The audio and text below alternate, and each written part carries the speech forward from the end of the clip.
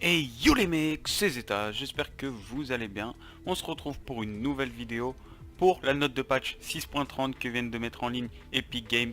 Donc, dans cette mise à jour, l'ajout du nouveau mode temporaire, bataille gourmande. Donc je vous mets juste le petit trailer, il est assez cool, je vous le mets maintenant les gars.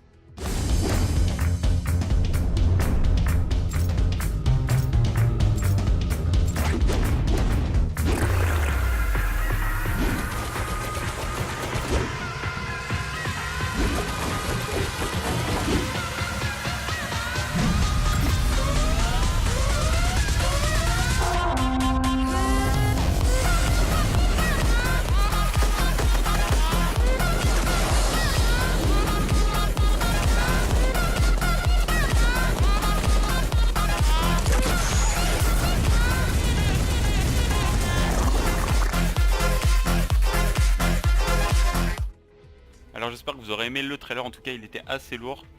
Donc on nous dit dans le résumé, la guerre entre Dur Burger et Pizza Pit est déclarée. Deux équipes sont séparées par une énorme barrière au milieu de la carte.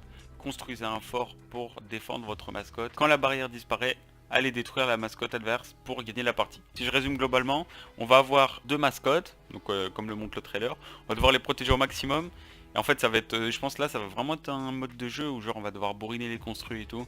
Jusqu'à justement casser la mascotte. Donc on nous dit une barrière infranchissable divise la carte en deux pendant les premières minutes. Ok, ça c'est nice, peut-être assez cool.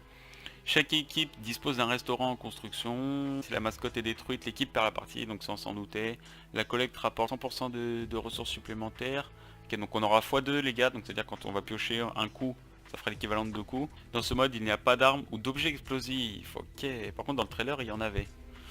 Ok, j'ai pas trop compris pourquoi ils ont mis ça dans le trailer, mais bon, Osef, c'est assez cool. Pour le terrain de jeu, les défis de poche n'apparaissent plus sous le terrain, c'est un petit bug. Arme objet, ajout donc de la tourelle déployable, un piège légendaire, d'accord.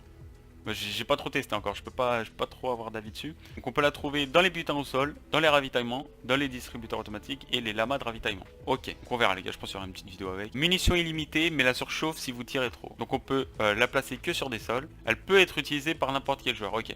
Peu importe son équipe. D'accord. Donc tout le monde, donc dès qu'on aura mis le piège au sol justement, tout le monde pourra utiliser cette fameuse tourelle.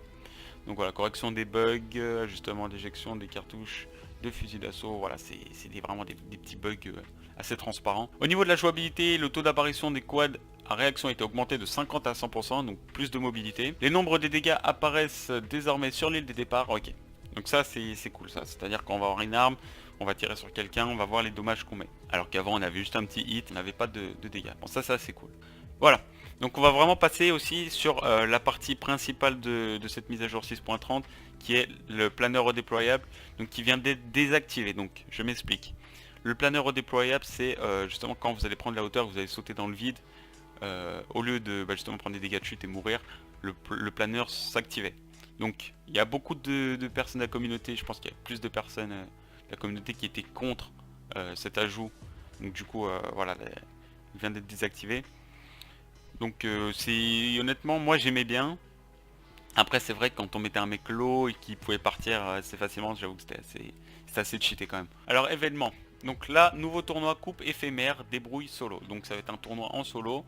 Limite de matériaux. Ok, ça va être un mode ok. Ah ça peut être assez cool. Donc limite de matériaux, 500 unités de bois, 500 de pierre. Donc on aura maximum 500 dans chaque construction. Le rendement de la collecte est augmenté de 40, par contre on va pouvoir justement récupérer plus vite. Les joueurs récupèrent 50 points de vie quand ils éliminent un adversaire, ok. Donc on va tuer quelqu'un, voilà, je vous fais pas trop de dessin les gars, on va récupérer 50 HP. Si les PV sont remplis, les joueurs obtiennent du bouclier, ah ouais c'est cheaté, oh, c'est cheaté les gars.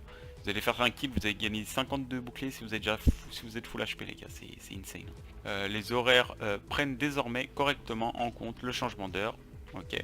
Amélioration de l'indication de l'heure du début de tournoi. Ok, donc ça c'était assez bref, ouais, au début c'était pas ouf. Performance, amélioration des performances de la consommation de la mémoire dans le salon Switch.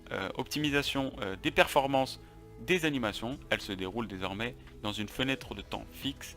La qualité et le taux d'actualisation sont ajustés de la manière dynamique selon les ressources.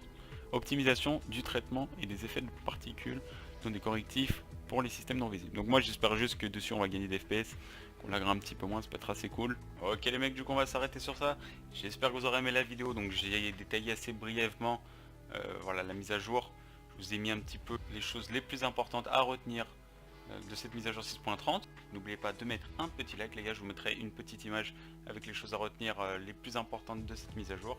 Je pense que je vais faire ça pour chaque patch note, ça peut être assez cool. Donc sur ce les gars, je vous dis à la prochaine et bye.